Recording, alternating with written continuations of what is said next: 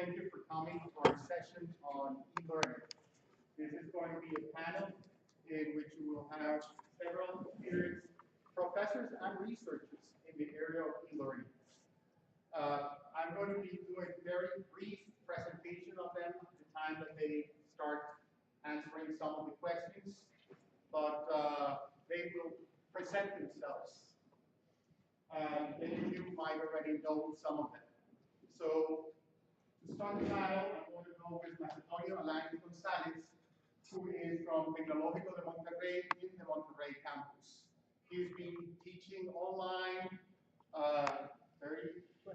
20 years. Oops, I added another 50% to it, but 20 years is quite a bit. It probably has changed in those 20 years quite a bit too.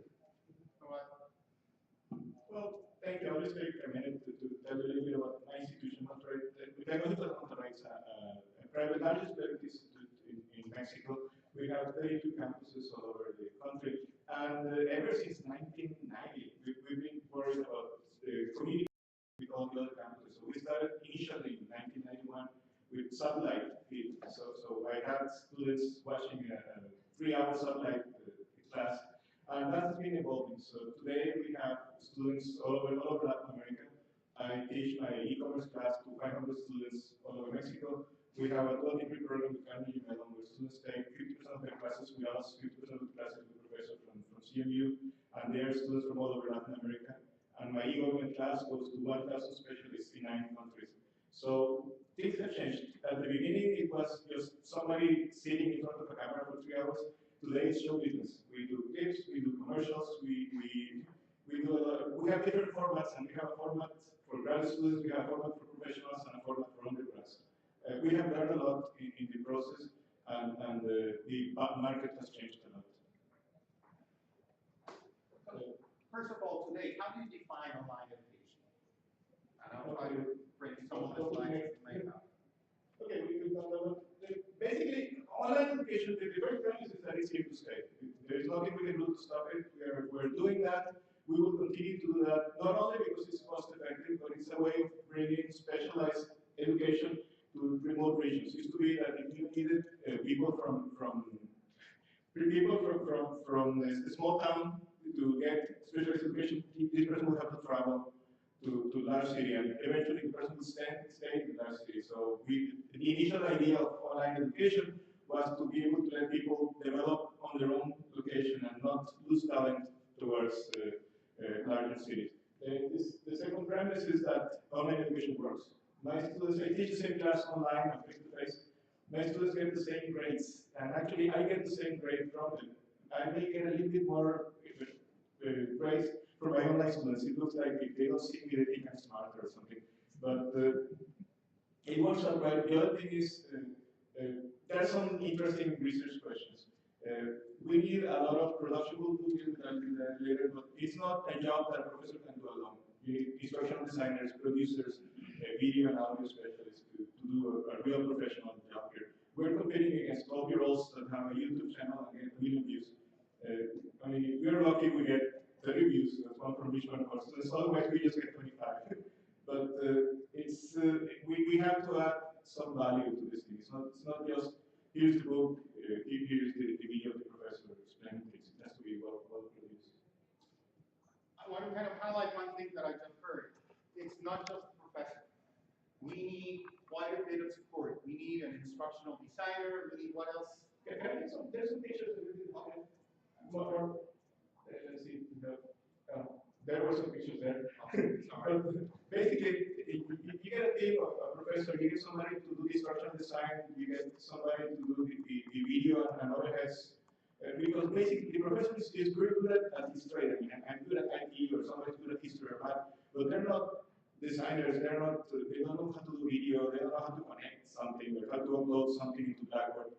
So what we have is a factory. We have a set of professionals that will take a course and turn it into a professional, worthwhile video and worthwhile course designed to help and teach our concepts. And that way, the professor can concentrate on teaching, on the material and on the things that we're going to teach, instead of having to worry about the technology, which is not the important issue here.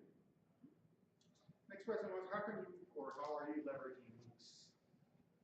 Okay, I don't need to monopolize this, this session. We're going first. Okay, there are a lot of resources. Everybody has one class that they teach very well. Everybody, I teach how to connect to internet very well, or I'm very good at teaching how to do competition. If everybody in this call made one video of the one class that they teach really well and put it in a pool, and we all could use it. Imagine if we had, do you remember the basketball team called the Dream Team, where they have the best basketball players all together? Well, my dream is to have a dream team of professors, and I have an intro to IS class, where the class on competition is taught by the best professor in competition, and the class on telecom is taught by the best person in telecom. So we need a place to share, to be able to create resources, exchange experiences, to create good quality resources, and share those resources. So everybody can have the best 10 professors in the field teaching you 10 session courses. We don't need a whole MOOC, we just need a 1 hour lecture from every one of you, and we'll come out with a great course that we can all share at the end of the day, and that'll bring a very, very good quality product. The other thing is, everybody's teaching intro to IS course, and everybody's reinventing that intro to IS course every semester. If we could agree on what an intro to IS course is and agree on 3 or 4 exercises, we could do a common exercise and have my students work with your students solving a case. And talk about, if we want to teach them globalization, if we want to teach them to communicate, well, tell them, okay, here's your team, there's 2 people in Australia, 1 person in Asia, and 1 person in America, get together, do it any way you want, but the final grade will be the same for all 4 of you. And that will get them to interact. I've done that, and it works very well. They coordinate and they work. I don't know how they do it, but my students are better than me on that. And those type of international projects are very visible, they're useful, and they work very well. So we can use all of those resources. All we have to do is get a place to get together, and that's what IES is for. Murphy, got it. I have to make a comment, and I don't want to sound like I'm belittling what you're doing. And what you're doing is very good, and it's a good start. But there is a long history of evaluation of online learning. Roxanne Hiltz published a book on online learning and how it can be improved. The single most important thing we found in our experiences, beginning back in 1975, with students we were teaching, ultimately was you take and do one thing to your online courses that you can't do in your face-to-face courses, and it becomes better than your face-to-face courses. And we always had our face-to-face students online. And the thing you do better is you facilitate collaborative learning, where the students get together in small groups to do the same thing and then compare their results, and the professor guides them. But the introduction of collaborative learning is the most single important thing to advancing online courses with students in your own college, even when they're not separate, away and so forth, is to get them into that mode of collaborative learning. They'll learn more than the regular students. And there were experiments comparing regular classes and class done collaboratively online. And the same quality of students, but the students online did better. I know everybody heard the comment was around the value of collaborative learning, and that's one thing that you can do online that's difficult to do. There is a book by Roxanne Hiltz. Roxanne Hiltz? Yes, Hiltz. We were in the Sloan sponsorship. In fact, we had our first online classes because we were building a discussion system, not a message system, where students could make anonymous comments, okay? Or we had pen names. But for example, when I started a course, I would anonymously argue with myself, disagree with myself. And then as soon as the students saw that I didn't conquer that person as the professor, in fact, they began to argue with points. And that changed the whole atmosphere.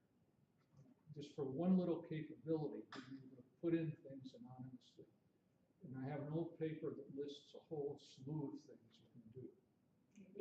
The other thing about online learning is that it is not, here's the book, here's the course, do it at your own space or on time.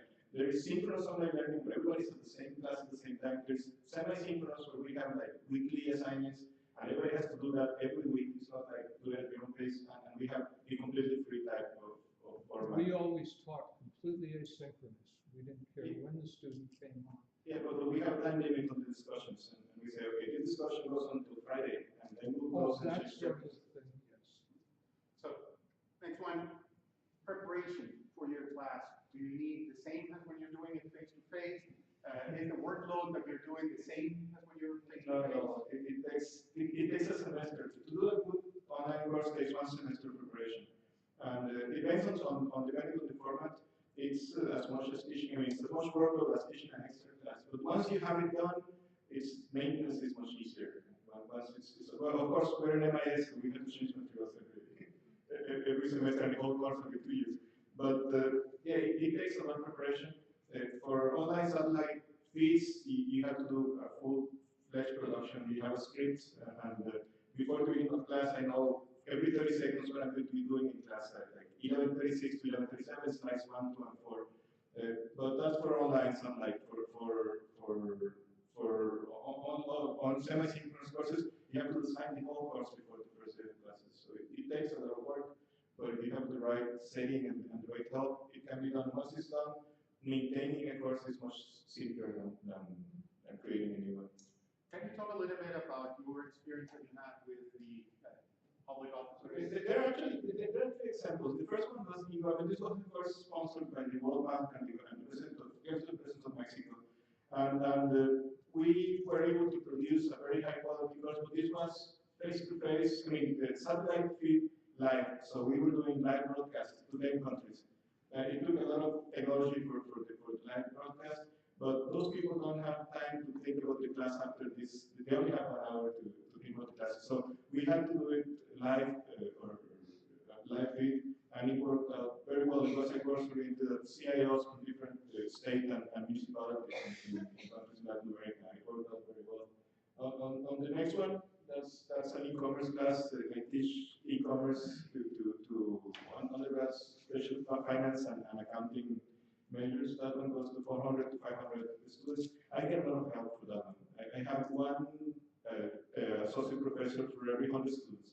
So for 500 students, I get 5 professors working for me. They do the grading, I do the show. So I go up there and sing and dance, and they do the dealing with the assignments and things like that.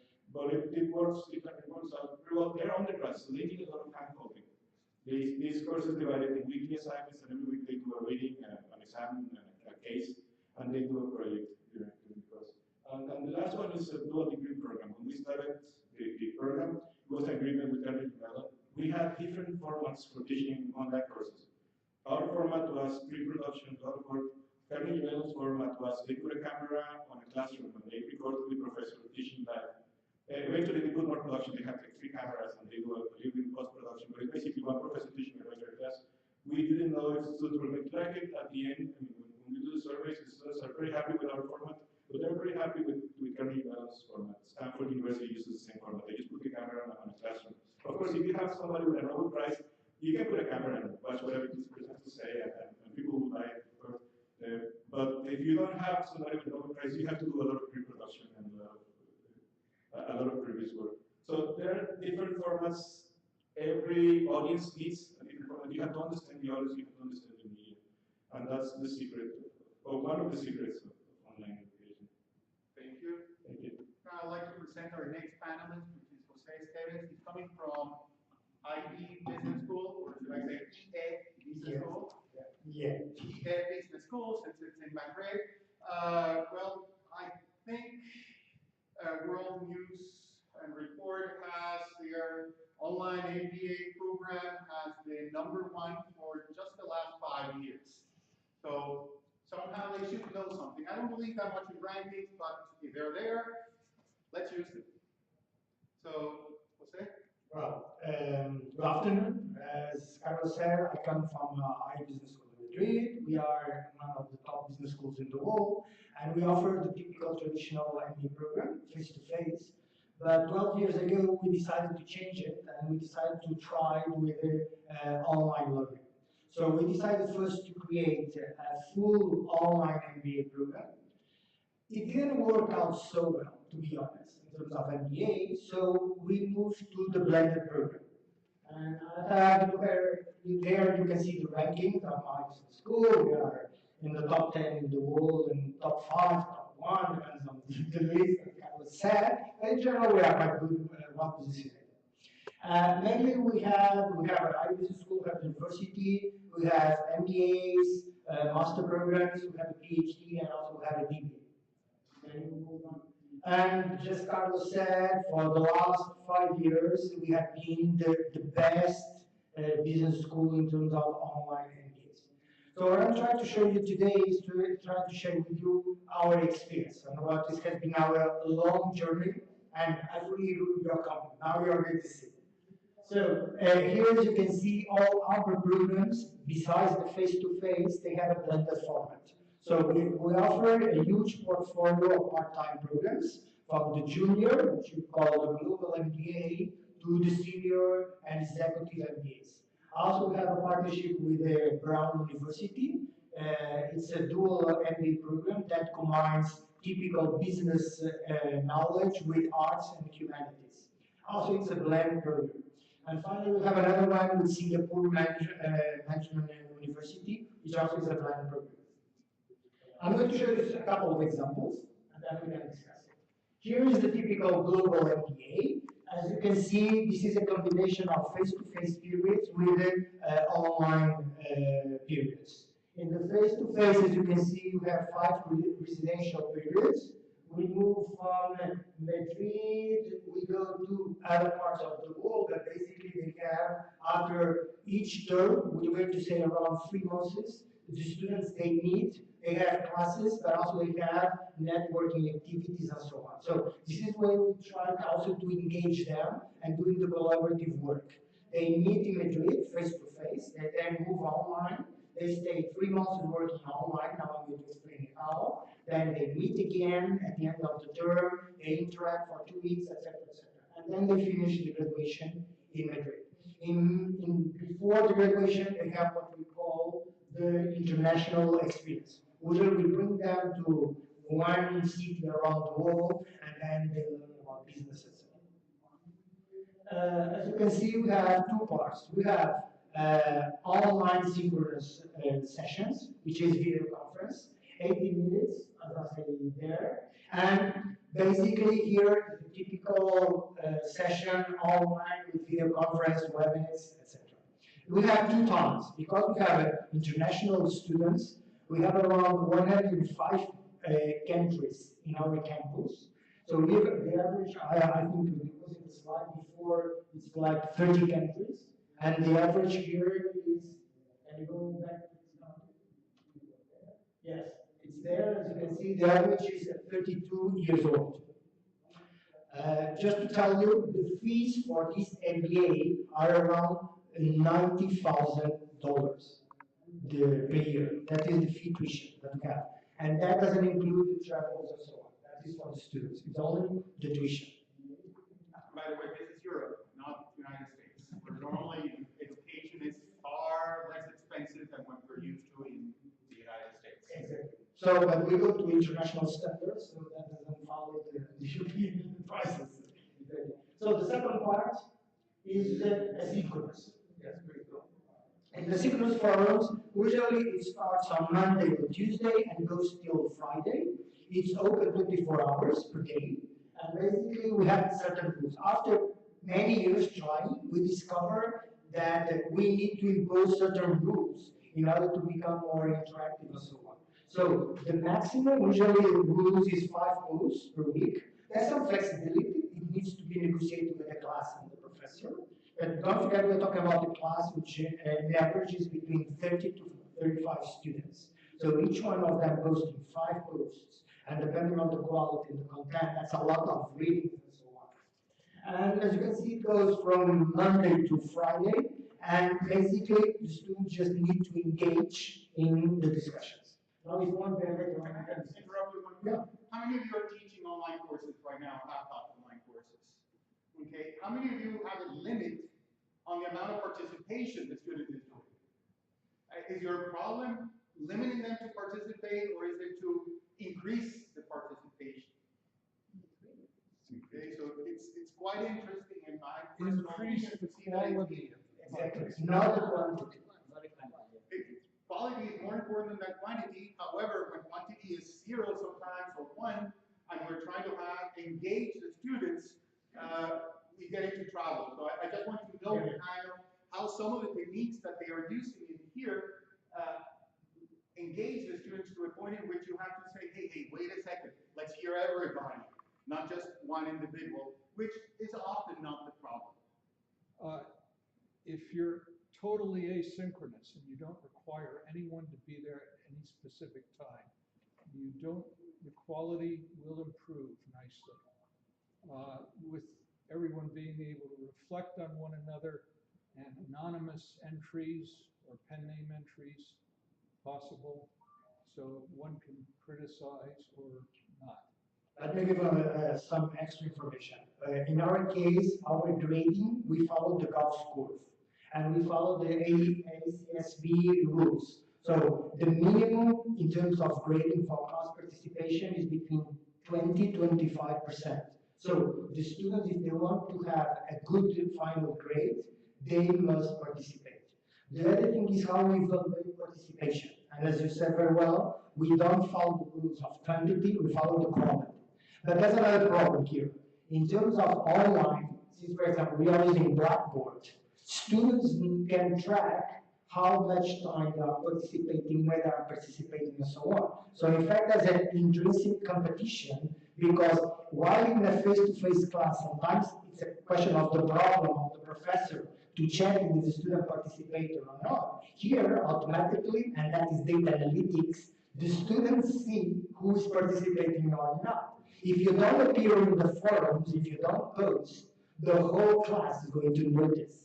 So we don't do that in an extrinsic way, but the students know that, because also it appears in the forum. We use technology. We think technology is important. You see their picture, you see their thing. So the student perceives who is participating or not. So we don't need to force them to participate. Because of the ecosystem, students feel that if I don't participate, I don't feel part of the group. So it's about being a member of the ecosystem. Question of clarification, are these courses taught in English? All English. We only have one program in face-to-face in Spanish, and we have an executive MBA in Spanish. All the courses are in English because of the international presence that you have. A couple of things. We think as benefits for the students. We perceive that there's more feeling of group thinking and team thinking. Students, they really like the synchronous part. That is one thing we have discovered. Also, a feedback that we receive from them is that they like the flexibility and that they feel that they control in a better way their learning times. So in fact, that is related with self-determination theory, as you know. It's about autonomy, it's about more competence, because they feel it's part of they are learning, and they're learning in a more proactive way, but also they like the social part. Also what we see is like the students they really like, because at the end, in fact, I don't know you, but my experience in the face-to-face MBAs, at the end students, they do mini groups. I like that people, I'm going to join with that people, and I just care. In an online ecosystem, at the end, since they have to read what the others are saying and posting and so on, at least they say that at the end of the program, in fact, they know much better their colleagues rather than if it was in a face-to-face program. Because here at the end, like it or not, I need to read your post in order to reply to you. So that is the thing we are discovering. We have another one, which is, well, now, the previous one, please. This is our global executive MBA, and that is just asynchronous, while the other one was synchronous and asynchronous classes. This one is only asynchronous sessions, and they have a residential periods. As you can see, they travel around the the world, they love it. They go to Singapore, they go to Providence, Miami, São Paulo, etc. And what we have discovered, because of the intensity of the synchronous classes, we have at most 2 sessions per week. The students complain in the past, and they say they cannot afford to have more than 2 sessions per week because of the amount of readings and so on. Don't forget that in our case is case-based method, so they have a lot of readings and so on. So we don't do the typical lecture. And finally, just to comment, I have a few comments. Also, we have a doctoral in business administration program, a DBA, and the DBA, even if it's like a PhD, also in the course period is also online. That allows us to have top executives around the world to do the DBA. So that's a good thing. What we have discovered with this format is that we have a lot of people that they're still working. There are top executives in many companies, and with this kind of format, we allow the students to be in our MBA programs and so on. That is the final part. Now we are experimenting with new technologies. The video is not working, but that is what we call technologies. Technology is known as a program. And we are in an IT conference, which for me scares me, that we cannot post a video. So I think that's another thing I have discovered. But what are we doing now? Because our asynchronous classes are in a typical discussion forum, and students are complaining it's too late. We are in the 21st century, and we still use discussion forums. It's very useful, let's just come. So now we are using, please show me the picture. That picture is, we have created a physical room in our business school, in our campus in Madrid, where the professor is there. And then what we create, as you can see, with cameras and so on, the students, they connect online, and they have a whole experience online. So that is for the synchronous session. Also, we are using facial recognition technology that in real time, we can see the emotions, the feelings of our students and so on. This is what the professor sees and so on. And also, we are using a lot of analytics, data analytics, and also we're including big data. So it's like being in a forum, in a classroom, but it's totally visual. We are experimenting with it. Still an experiment, we are using for just top stuff. If I have a couple of minutes, I have time. You want to answer one more? Yeah. And then we move on, and at the end, we should have 2 minutes for everybody. Just a couple of comments for you to be my feel like Macedonio. In terms of the students, I already told you the benefits. There are a couple of challenges. The students, they complain that they have to read a lot. So there's a lot of reading, not only the reading materials for the class, but reading the posts and so on. For example, they complain that some of the colleagues sometimes they do big posts. Usually they don't like it. We still have a problem that many people, they still don't know how to use social media. This is like very few people have the experience. I don't know how many are bloggers. I'm a blogger, I use YouTube and so on. And many people, in fact, they still don't know how to write a good post in a discussion forum to create a conversation. So they just go there and they think that is an essay and they jump the things. Students don't want that. So it's important to teach students visual and online communication. It's a totally different kind of skills compared to online, to face-to-face. Also, they discovered that they hate when the colleagues repeat the answers for matters. They say, come on, the professor needs to control that the other colleagues already said what they said. So they put that problem in terms of the professor responsibility to avoid that student repeat once and twice the same thing. And there's an issue for that. Since the forum is from Monday to Friday, some of the students, because of their workload and so on, sometimes they arrive late to the discussions. That creates a lot of pressure from them because they don't have too much contribution for that thread. So that is a problem. From the teacher's side, on the teacher's side, the critical issue is to engage the students.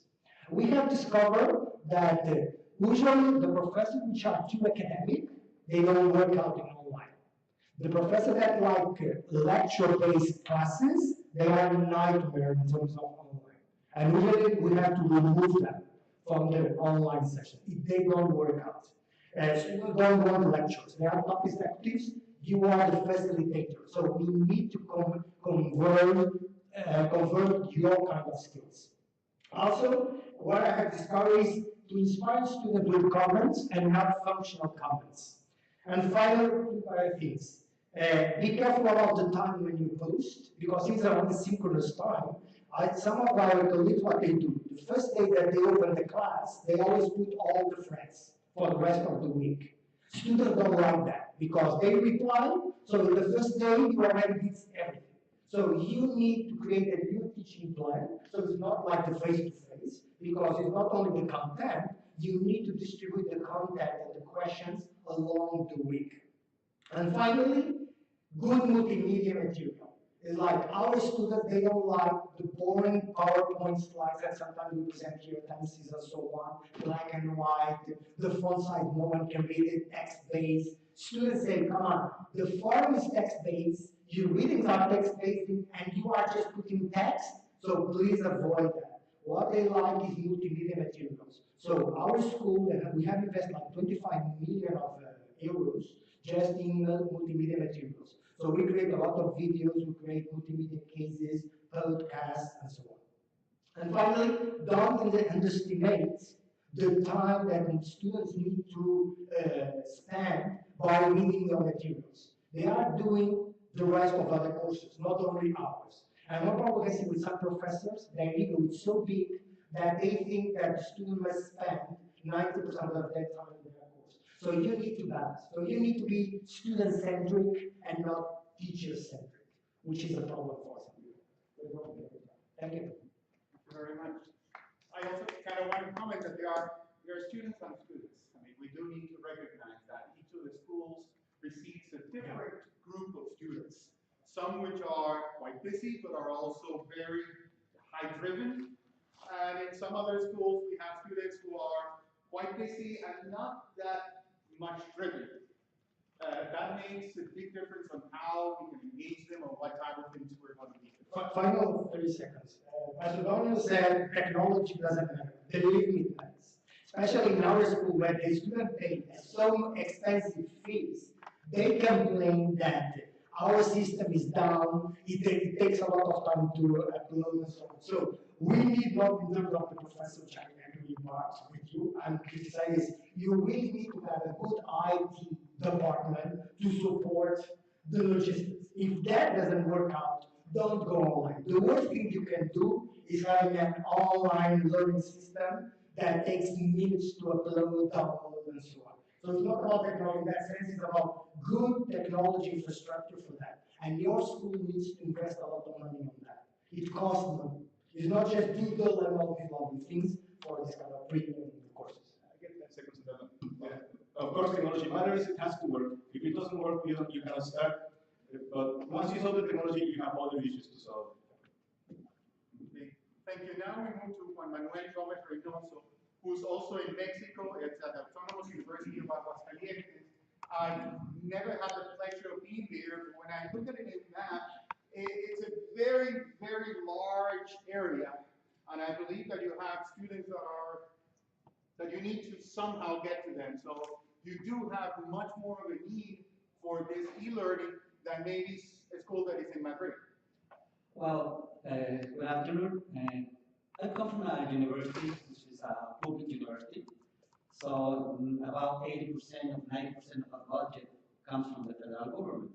So this kind of dependence presents a problem for us because we want to invest in technology for these online courses, e-learning, but not all the time we get the money that we need, not the money that we want, at least we need.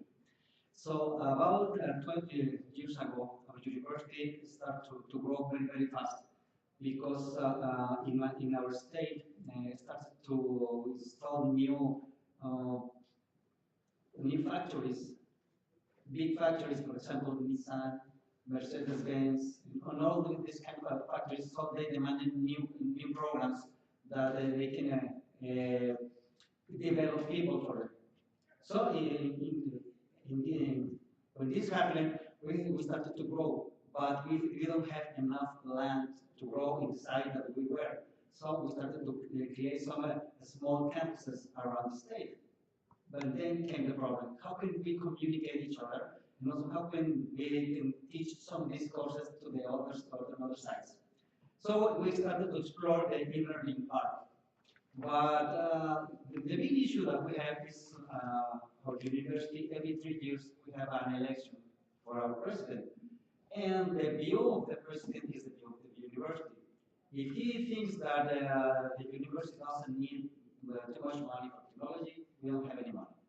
If he thinks that we have to put all the money for the online education, we have to go there. So it's like a roller coaster. Sometimes we are high, sometimes very low, sometimes nothing. We don't move a lot.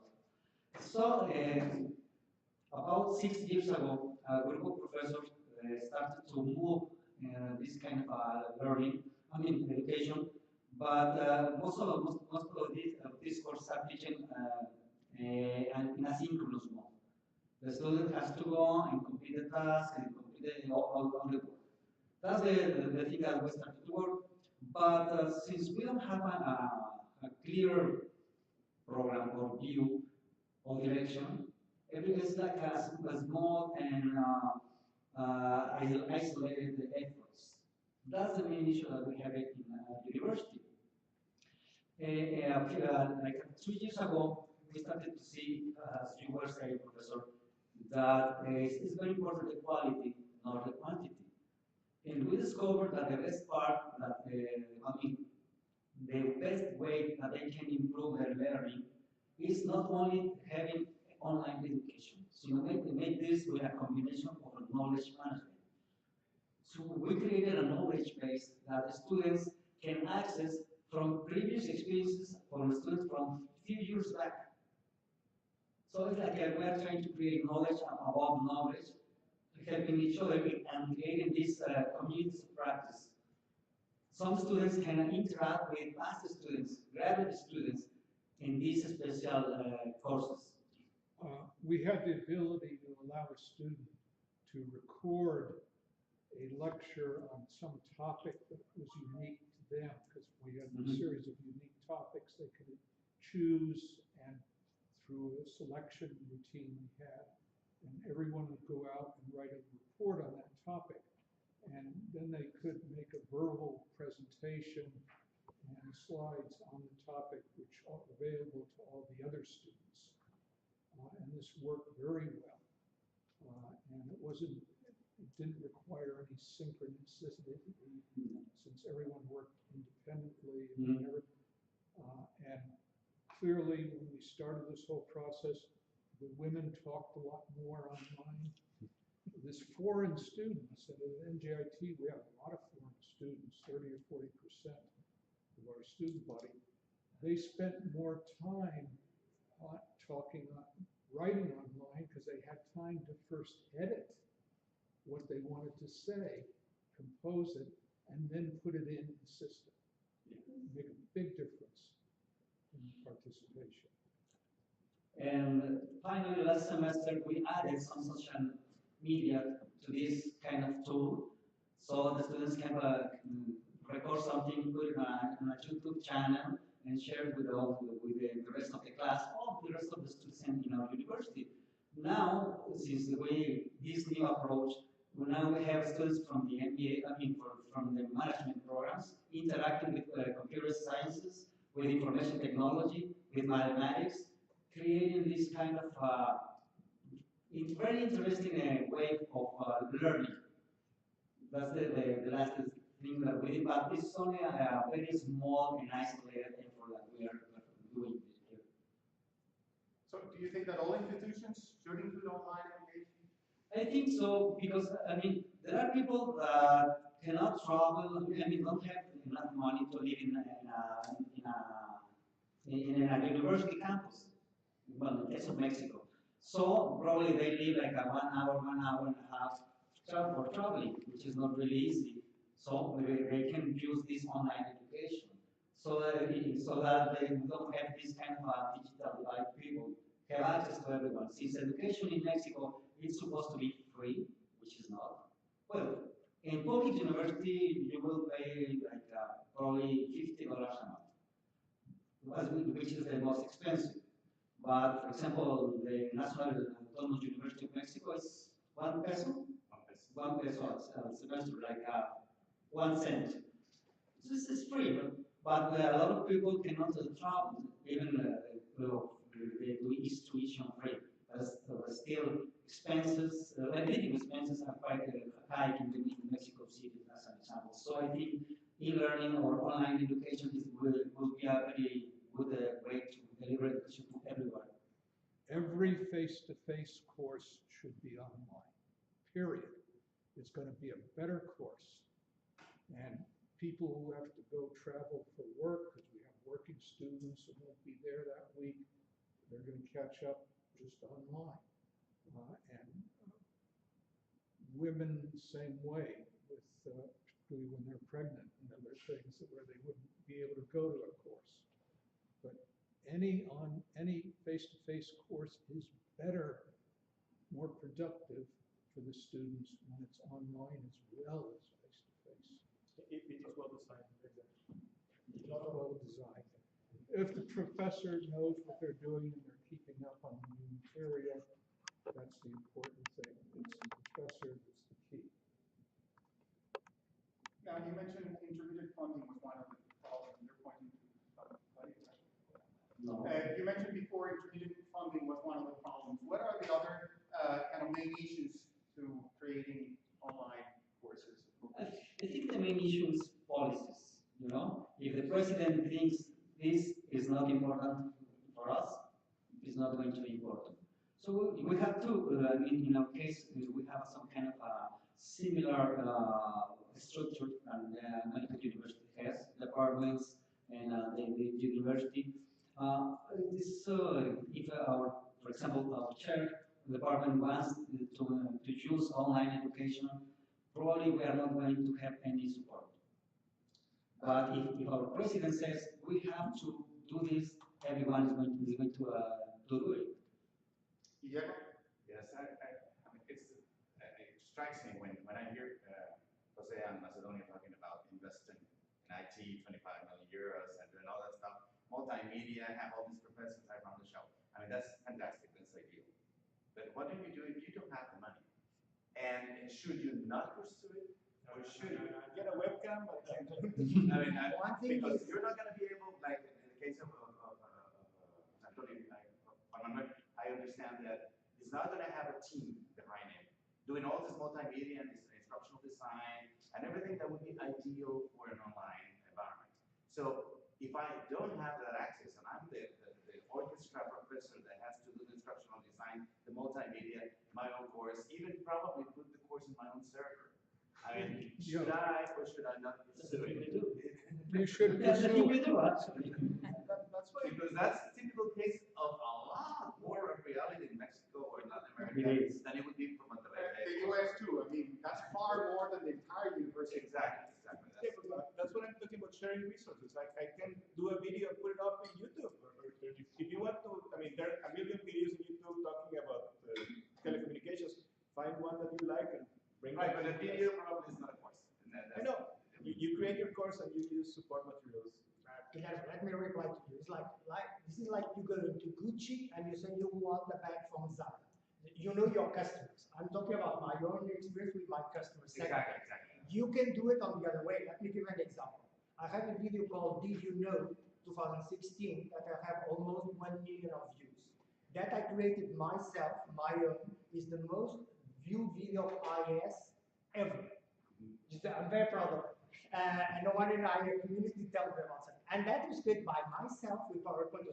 But you know what? It took me a lot of time to learning how you produce a video and so that took me a lot of time. So one thing is your school offers you all the resources, so the professor is going to focus more on the teaching and so on.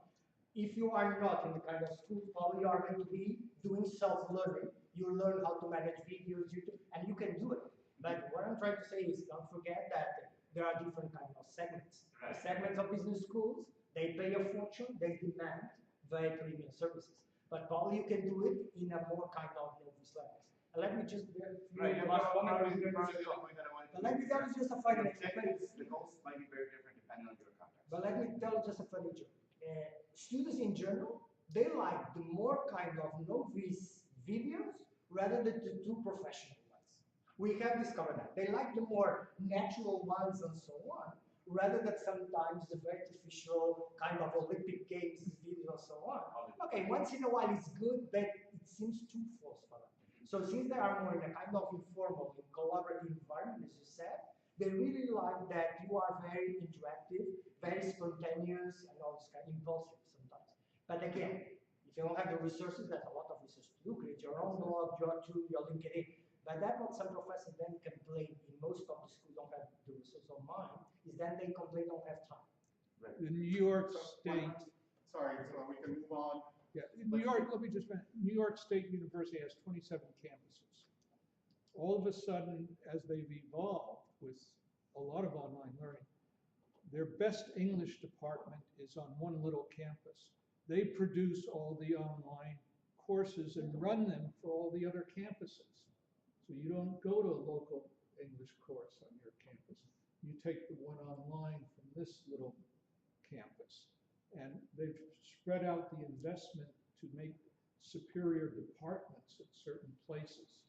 But that requires policy.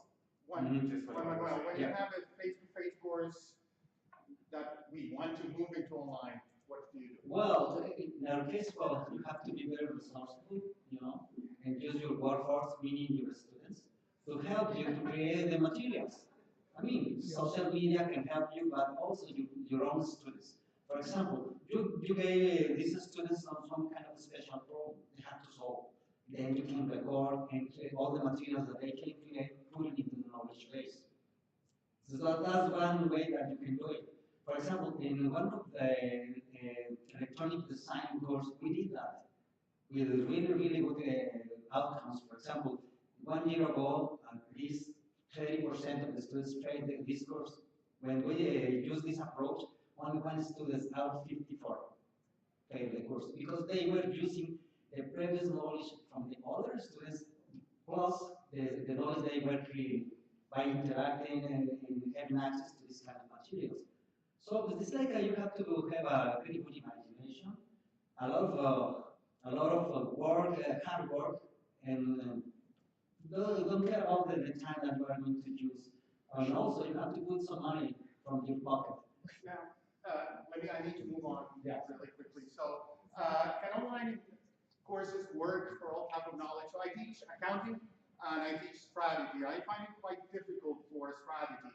At the same time, I have a colleague that teaches art and another one teaches pottery. Yeah. So can we? I think not all the areas are really subject to be used in online course. In my experience, I'm not as experienced as you, Professor, but we discovered that some courses can be easily moved from an online education, but some others no. For example, this electronic circuit design, since it's only using software for designing the electronic device, it's good. But as soon as you have to move on to the physical part, it's not really that easy because the student has to test all the different components, for example. If you don't have the components, it's not going to work as software really nice works. For example, if you build this electronic device on a software, if it explodes, nothing happens. But if you design it physically, probably maybe some capacitors are going to explode. So I don't think all the areas of knowledge are really subject to online courses. Some are really easy to change to this kind of approach, and some others maybe we need some kind of a mix, a combination, some face-to-face sessions plus some online could be online and be either synchronous or asynchronous sessions. And finally, although it doesn't look like it, but does your institution have perfect? No, we don't have any policies at all. The only way my university has been very consistent is to try to motivate professors through some kind of, let's say, prizes.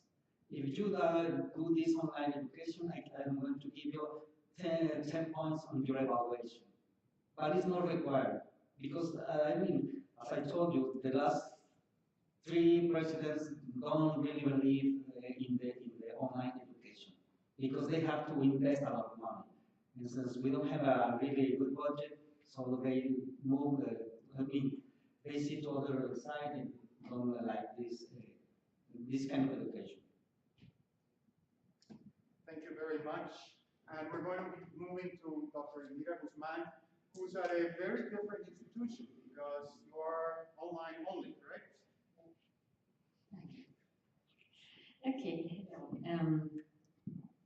thank you guys for organizing the panel and thank you everyone for being here. I know we talk about traditions, we talk about rankings, and most of us here in the conference come from traditional universities. I myself finished my PhD at Syracuse University, and it was actually someone in New York from Cornell University who founded this university 20 years ago almost. It's fully online university, and we are our offices, our headquarters are in California. So I do live in California, and I'm working for Trident already 11 years. But as I said, the university has almost 20 years. It was founded in 1998, and the vision of the person who founded the university was really actually to start with a PhD program. That's how we started the PhD program, the College of Business. Well, right now we have 4 colleges. We have the University College, we have the College of Education, the College of Health Sciences, and the College of Business, which is still the largest one. And in general, what I had a little bit in my slides is just to give you a little bit of background, but I want to address some of the issues that have been discussed in this panel, which have to do with infrastructure and specifically I'm going to move to the case of the PhD doctoral programs. So when I go to the, you can just move to the next one. I'm going to give you a little bit of background, as you can see there. Well, the AMCIS are not there, but I had, we have 30,000 alumni, so 30,000 people already graduated from our university. So that gives you a little bit of the size on how this university is working. Most of them, 85%, come from the U.S. military, mostly U.S. Army, U.S. Navy, Air Force. And of course, some of the things that are important to highlight are that we, in general, we see legitimacy is important in education. So we want to have accreditation, that's what we have. And I feel, based on my experience, that there are some accrediting bodies that are not fully ready for the online institutions. Because again, we follow a lot of traditions and rankings, so this is still evolving. I think, as we said, online education is here and it's here to stay. But there's still a lot going on in terms of infrastructure, regulations, policies that needs to develop more. Like technology is